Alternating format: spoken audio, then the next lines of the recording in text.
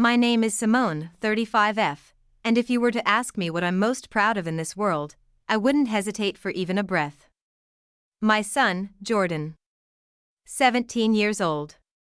Sharp mind, golden heart, and the kind of kid who still holds the door open for strangers and makes sure I eat when I forget to. But Jordan isn't just my son, he's my reason. Years ago, when my first husband, Marcus, was dying, I made him a promise. Sitting beside that hospital bed, holding his cold hand as machines beeped around us like a cruel reminder that time was running out, he asked me for only one thing: take care of our boy, Simone. Give him every chance we dreamed of. I did more than just promise. I swore it. After Marcus passed, life didn't cut me any slack. I juggled 2 jobs, skipped vacations, sold my engagement ring, and turned down a promotion that would have required long travel. Everything I did was with Jordan in mind. Every dollar I squirreled away was part of the college fund I opened for him on his 6th birthday. It grew slowly, modest amounts at first, just small deposits here and there, but over time, it blossomed into something that could give my boy the life we planned for him. A future without limits. I never touched that fund. Not once. Not for emergencies, not for myself, not even when we were scraping by and ramen was our dinner for a week. That money was sacred.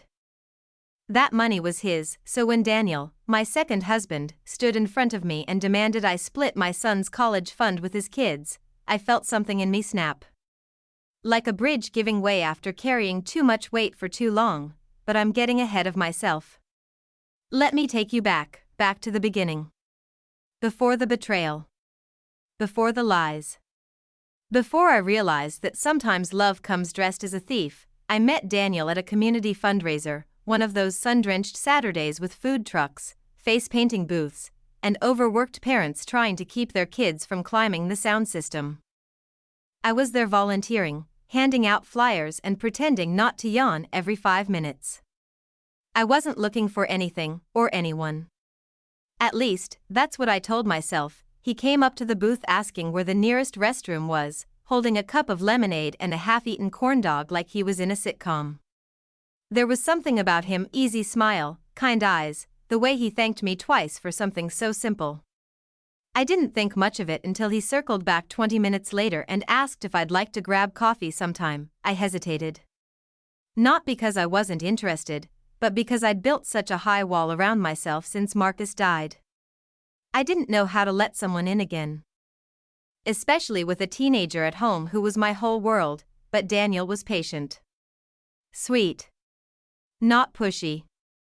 He sent a message the next day, asking again, but made it clear I could say no. So I said yes. That first coffee date turned into a lunch. That lunch turned into dinner. And before I knew it, Daniel was weaving himself into the rhythm of my life, helping me with groceries, texting to ask how my meetings went, sending me pictures of silly memes in the middle of the day. He told me early on that he was a widower. His wife, Hannah, had passed away in a car accident 3 years before we met. He had 2 kids, Maya, 13, and Lucas, 10. He spoke about them with pride, and I could see that familiar weight in his eyes. The kind people carry when they've lost too much and are just trying to keep it all together. I introduced him to Jordan slowly. I didn't want to rush anything. Jordan was 15 then, sharp, observant, and fiercely protective of me. He wasn't rude when he met Daniel, but he was reserved. Watchful. Like he was waiting to see what this new man was really about. Still, Daniel did his best. He made an effort. He brought Jordan books when he found out he liked science fiction. He asked him about school, encouraged his interests. At first, I thought it was sweet. Thought maybe, finally, I'd found someone who understood that love isn't just about romance, it's about showing up, day after day, for the people who matter. When Daniel proposed, I said yes. I thought I was doing the right thing. Blending families is never easy, but I believed we could make it work. I wanted to believe love could happen twice in a lifetime. The wedding was small. Simple. Just close friends and family. Jordan stood beside me, tall and proud in his suit, and I remember thinking, we're going to be okay. We're building something good here. If only I had known that day how fragile it all really was, because love, at least the kind Daniel offered, came with conditions I wouldn't understand until it was too late. Blending families is like trying to patchwork a quilt from two completely different fabrics. You can sew the pieces together all you want, but if the material doesn't stretch the same, it pulls apart at the seams. I moved into Daniel's house a month after the wedding. It made more sense, logistically, more space, closer to the kids' school. We turned one of the guest rooms into Jordan's, decorated it the way he liked, even let him paint the walls himself. He didn't complain, but I saw the shift in his eyes. This wasn't our home. It was theirs, and we were just guests trying to settle in. Maya barely spoke to me. She was polite, most days, but always with that edge teenage girls have when they think you're trying to replace something sacred. Lucas was sweet, but quiet, and only ever really came to life around Daniel. They weren't rude to Jordan, but they weren't kind either. And in those early months, the house felt less like a family and more like roommates trapped in a long, awkward sleepover. Still, I tried. God, I tried. I cooked dinners everyone liked. Organized game nights. Bought little gifts for the kids just because. Daniel always said thank you, always smiled and told me I was doing great, but he never truly stepped in when things felt off. Never had the hard conversations with his kids about respecting the changes or making an effort with Jordan. He'd say, "They'll come around, babe. Just give it time." But time doesn't fix what no one's willing to face. Jordan tried to. He kept his head down, focused on school, never started arguments. But I caught him one night, staring at his old family photo, the one with Marcus in it, before sliding it back into his drawer like he was tucking away a part of himself. One morning, Maya rolled her eyes when Jordan offered to help with the dishes. "You don't have to suck up to my dad, you know. It's not like you're his real kid." Jordan didn't say anything. Just dried his hands and walked out. I found him in his room, earbuds in, pretending he didn't care. But I knew better. I talked to Daniel. Told him about what she said. His response? "Simone, they've been through so much. Maya's just acting out. Don't take it personally." But it wasn't just me she dismissed, it was Jordan. My son. My heart, and I started to notice other things. Small, subtle signs. Daniel taking his kids out for ice cream without inviting Jordan. Watching Jordan's soccer games but leaving early, saying Lucas had homework. Family pictures where Jordan was always off to the side, like an afterthought. I began to feel like a guest in my own marriage. Still, I kept giving. Kept hoping. Kept believing that if I poured enough love into this house, into these people, eventually it would fill the cracks. But what I didn't realize then was that I was the only one doing the pouring. Everyone else was just holding out their cups, waiting for more. It was a subtle shift at first. A comment here. A suggestion there. Nothing that screamed danger, but just enough to plant discomfort like a weed growing through the floorboards. Daniel had always known about the college fund. I told him early in our relationship, not to brag, but because I believed in transparency. I told him how Marcus and I had dreamed of Jordan becoming the first in our families to graduate from a top university. I told him how I'd scraped together every penny to make it happen, how I opened the account the week Marcus died because I needed something, anything, to hold on to. At the time, Daniel had looked at me with admiration and said, "You're incredible, Simone. Jordan's lucky to have you." But lately, the admiration had started to feel transactional. It began with a joke over dinner. One night, Daniel glanced at the tuition brochure Jordan had left on the table and said, "Man, college is expensive. Maybe we should have had just one kid." I laughed, lightly. "You had two. That was your choice." He smirked, raised a brow. "Maybe I can talk to you about setting up something for them too. That college fund's pretty stacked, right?" I paused. Jordan's fund is for Jordan. It's not a family pool. He didn't say anything to that, just nodded, but his jaw tightened. Later that week, he brought it up again, this time more directly. Maya's thinking about art school, you know? And Lucas has been talking about robotics camps. It's all so expensive. I was just wondering, maybe we can rearrange a few things. Share the college fund? The words hit me like a slap. I stared at him, waiting for the punchline. Are you serious? Why not? He said casually. Like he was asking for a sip of my coffee. They're all our kids now, right? No, I said, a little too fast. They're not. That's when the air shifted between us. He looked at me like I'd just confessed to a crime. Wow. I didn't realize it was still like that. Like what? I asked, arms crossed, like yours versus mine. I thought we were building a life together. I exhaled slowly. We are. But Jordan's fund was never part of that bargain. That was set up long before you, Daniel. It's a promise I made to his father on his deathbed. Daniel blinked. Marcus has been gone for years, Simone. Exactly, I said. And I've kept that promise every day since. He didn't respond, just left the room. And that silence said more than any argument ever could. From that day on, the atmosphere in the house changed. It was colder. Tense. And the kids felt it too, especially Maya, who started throwing more passive-aggressive comments my way. Things like, must be nice knowing your kid's future is paid for, or Dad says Lucas might not even go to college since some people aren't willing to share. I wanted to scream. But I didn't, because what would have been the point? There was a line now. A clear, jagged divide. Not between the kids, but between values. Between what I stood for and what Daniel believed he was entitled to. And deep down, I started to wonder, if he could ask me to give up my son's future so easily, what else would he take, if I let him? Tea happened on a Thursday. Ordinary enough, grocery bags on the counter, Jordan in his room working on a scholarship essay, and Daniel flipping through the mail like nothing was wrong. But I could feel it brewing, thick in the air, like the sky just before a storm. He waited until after dinner.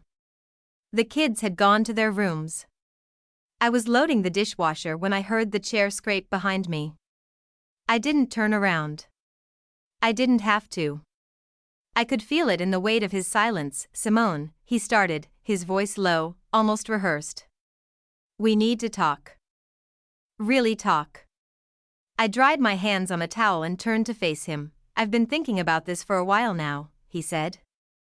And I need to be honest with you. My stomach nodded. I can't keep pretending it's fair the way things are set up. You've built this entire future for Jordan, and meanwhile my kids, our kids, are just left to fend for themselves. I blinked. Daniel, they're not fending for themselves. We support them. You support them.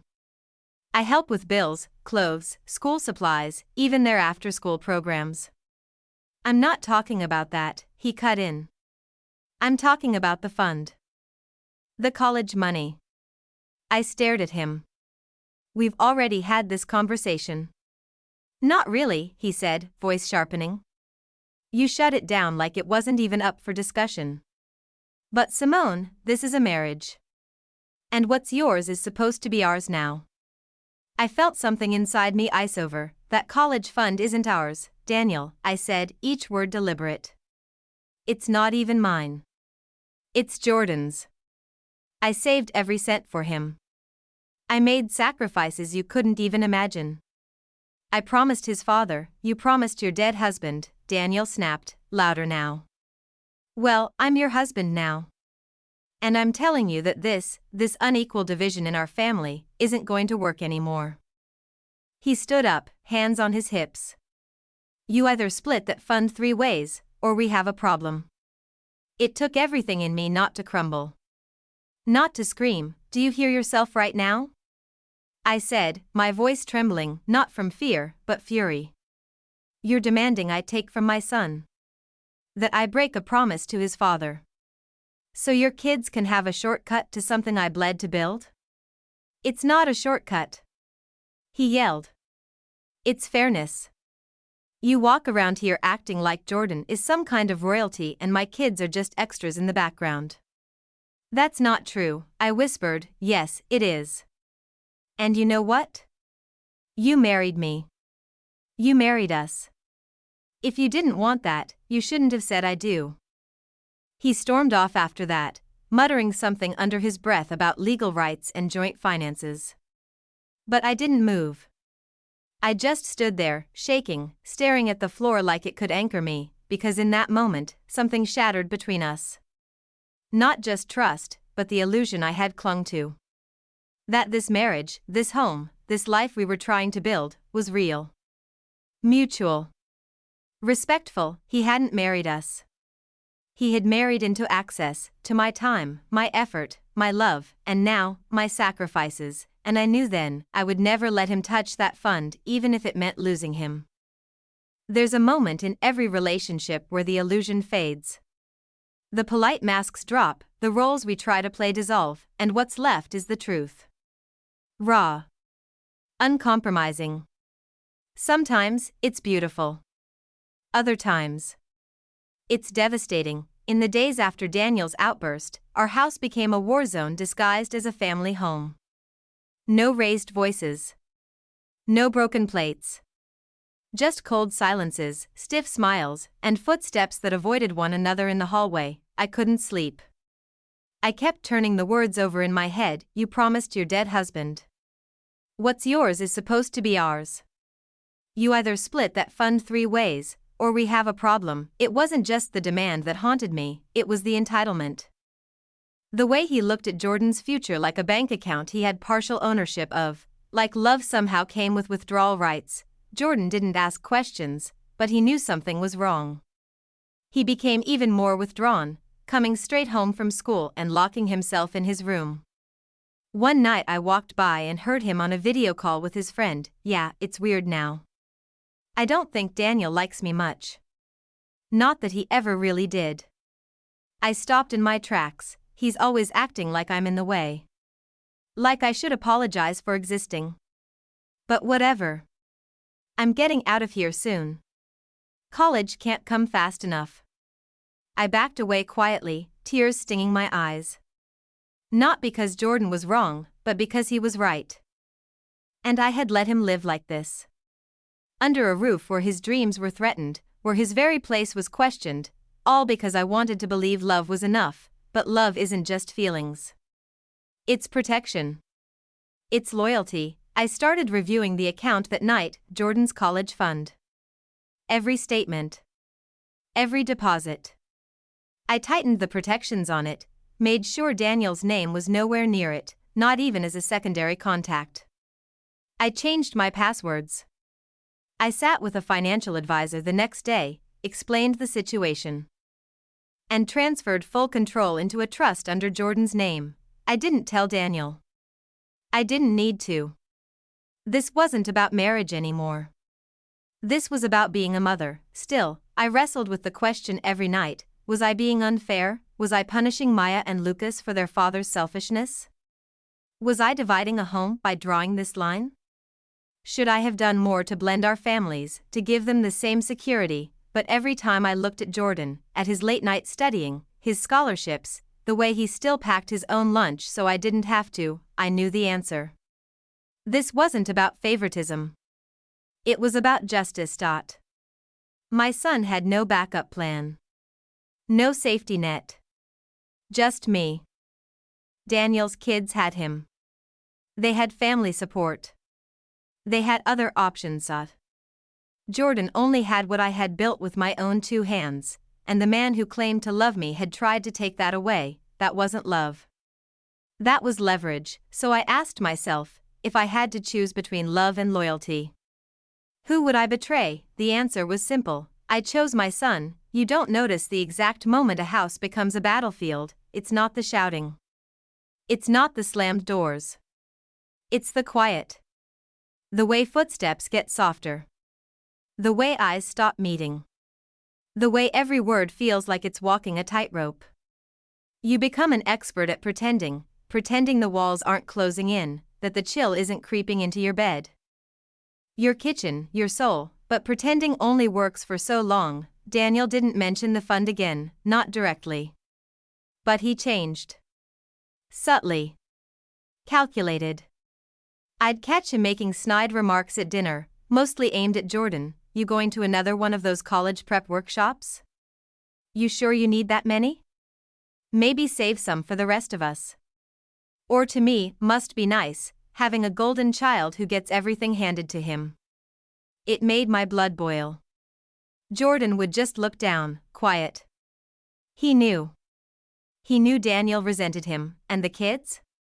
Maya got bolder. One night she snapped, "Why does Jordan get everything while we get scraps? Just because his dad died doesn't mean he's more special." I saw red. "Enough," I said, standing so fast my chair screeched. "You do not talk about my son like that. Ever." Daniel stepped in then, holding up his hands like I was the one causing a scene. "Simone, let's calm down." "No," I said, my voice shaking. "I'm done being calm. I've bent over backwards trying to make this family work. I've cooked, I've cleaned, I've supported your kids, your life. But the one thing I kept sacred was Jordan's future. And you tried to take that from him." His face twisted. "I didn't try to take it. I asked for fairness." "No, you demanded it. You tried to guilt me into betraying my own son." Silence fell. No one spoke. Not the kids. Not even Jordan, who had walked in from the hallway halfway through the argument. He looked at me then. Just one look. Wide-eyed. A little scared. And then, something deeper. A flicker of pride. I turned to Daniel. "You want fairness? Fine. Then let's really be fair. You take care of your kids. I'll take care of mine. And let's stop pretending this is a team effort, because you've made it crystal clear, you're only in this for what you can take." He scoffed. "Are you threatening to leave?" I didn't blink. "No. I'm promising to stay, but only for Jordan. You and I? We're done playing house." That night, I moved into the guest room. Not out of weakness. But because I refused to share a bed with a man who looked at my son's future like a pie to be sliced, I started making plans. Quietly. Strategically. Jordan noticed the shift. He didn't say much, but I saw the way he held his head higher, the way he checked in on me more. We were a unit again. I didn't tell him everything, but I said enough. He looked at me and said, "Mom, you don't have to protect me from him. I know what he's like now. And I've got your back too." That nearly broke me, because here we were. Mother and son, leaning on each other like we had from the start. And somehow, even after everything, we were stronger than ever, but I knew something had to give, and soon, it did. The thing about broken things is that they don't always shatter loudly. Sometimes, they crack in silence, piece by piece, until one day you look down and realize you're standing in the wreckage of something you once called home. That was us, me and Daniel. After I moved into the guest room, we stopped pretending. There were no more kisses goodbye, no more shared plans or dinners for five. We coexisted like awkward roommates, barely speaking, barely acknowledging the storm swirling beneath the surface. The kids picked up on it fast. Maya and Lucas stayed out of my way, and Jordan. Well, he stayed glued to his goals. He worked harder than ever. Maybe because he knew the tension in the house was for him. Maybe because he didn't want to let me down, but the pressure? It was building.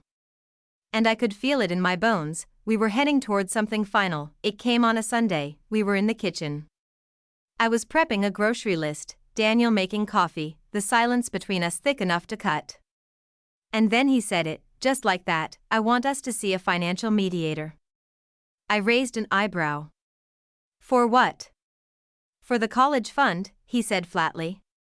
"I think we should make it legal. Equal. If we're not going to agree as a couple, maybe we need a third party." I set the pen down. "You want to take me to mediation over my son's fund?" "I want what's fair," he said, Sipping his coffee like this wasn't the most absurd thing he'd ever suggested. You've made it clear you won't budge. I'm done talking in circles. I took a slow breath. You really don't see it, do you? See what? That this isn't about fairness. It's about control. You think because you married me, you're entitled to everything I built before you. But you didn't earn that money. You didn't raise Jordan. You didn't sit up at night feeding him bottles when his father never came home. You didn't work 3 jobs to keep us afloat while grieving. I did. He set the mug down, jaw clenched. So what? Maya and Lucas don't matter? They're just collateral damage? No, I said, voice calm. They matter. But they're your responsibility. You've had years to plan for their future, and instead of doing that, you thought you could latch onto mine. The words hit hard. His eyes narrowed. So what now? You're just going to ice us out? Walk around like the martyr mom while my kids fall behind? I met his glare. No. What I'm going to do is protect my son. I'm going to make sure that the promise I made to his father is kept. I'm going to make sure Jordan doesn't pay the price for your poor planning. Daniel stepped closer, voice low. So that's your final word? I nodded. It is. Jordan's fund is non-negotiable. And if that's a deal breaker for you, then maybe this marriage wasn't built on anything solid to begin with. He stared at me for a long moment. Then he picked up his coffee and walked away, no shouting. No door slamming. Just quiet, but I knew what that quiet meant. We were done, and for the first time in months, I felt something close to peace. It started with silence. But not the peaceful kind, it was the kind of silence that screamed at you, every slammed cabinet, every wordless dinner. Every time Daniel brushed past me like I was invisible. Tension didn't just hang in the air, it choked it, and then, like clockwork, the manipulations began. He started small. Guilt trips laced into his sentences like poison in honey. Jordan gets everything, he'd mutter just loud enough for me to hear. Must be nice to have a mom who worships the ground you walk on. Then it was pity, I just wanted us to be a real family. I thought blending our lives meant sharing everything, not just when it was convenient for you. I ignored it for days. Weeks. Tried to rise above it. But one night, I came home late from work, exhausted and holding Jordan's favorite takeout to surprise him, and Daniel was waiting in the living room, lights off, just his face glowing under the TV's dim light. You know, he started, eyes on the screen. I sacrificed a lot for this marriage. I didn't even sit. What do you want, Daniel? He turned to look at me, and I saw it. That mask of hurt he wore so well. Like he was the one betrayed. You act like I'm some stranger trying to rob your son. But I gave up everything to be with you. My bachelor freedom. My savings. My stability. You gave up nothing, I snapped. You moved into a paid-off house and lived off my income while pretending to play stepfather of the year. He stood then. Not yelling. Just looming. You know, if I were the one with the money, I'd never be so cold. I wouldn't pit my kids against yours. I clenched my fists. Except you don't have the money, do you? And that's what this is really about. Not fairness. Not family. Power. You hate that you don't have it, so you want to bleed it out of me. He flinched like I'd slapped him, then the final card. The one manipulators always play when logic fails, victimhood. Maya cries at night, Simone. She feels like you've rejected her. Like you're punishing her for being born from another woman. I laughed bitterly. Don't use your children as pawns in your guilt game. Maya is rude, entitled, and mean to my son, and you've never once corrected her. She's just a kid, she's 16, I barked. Old enough to know better. Old enough to know when her father is teaching her that disrespect is acceptable if it's directed at the other child. He looked away. I'm not playing this game anymore, I said coldly. I'm not letting you drag me through your emotional maze because you can't stand that I won't bend. I walked past him, to Jordan's room, and knocked softly. He opened the door, headphones around his neck, worry in his eyes. Can I come in? He nodded, and I sat on the edge of his bed. NYU emailed, he said softly. I got in. The tears hit instantly. Oh my God, Jordan. You did it. I wanted to tell you earlier, he said, biting his lip. But with everything going on, I didn't want to make it worse. That cracked something open in me. I cupped his face gently. You will never be the thing that makes life worse. You are the reason I survive it. That night, I didn't sleep. I sat up going through documents. Property. Bank accounts. Legal ties. And I made the decision. The next morning, Daniel walked into the kitchen, and I handed him the papers. What's this? Separation agreement, I said, steady. I've already spoken to a lawyer. I'm not negotiating anymore. He scoffed. Seriously? Over money? No. Over your lack of character. He picked up the papers, shook his head, and muttered, You're going to regret this. But I didn't. Not for 1 second, because after everything, his mind games, his manipulation, his utter failure to protect or respect what I built, I had finally chosen the only thing that mattered, me. And my son. The storm was finally over, and I was still standing. Daniel had moved out 2 weeks ago. He didn't go quietly, of course. He slammed doors. He guilt-tripped the kids. He told mutual friends half-truths and conveniently left out the part where he tried to rob a teenage boy of his future. And then he gave me one last gift before he left. I hope Jordan doesn't turn out just like his father, dead before 30 and leaving a mess for someone else to clean. He said it like it wouldn't hit me like a bullet to the chest. He was wrong. I didn't scream.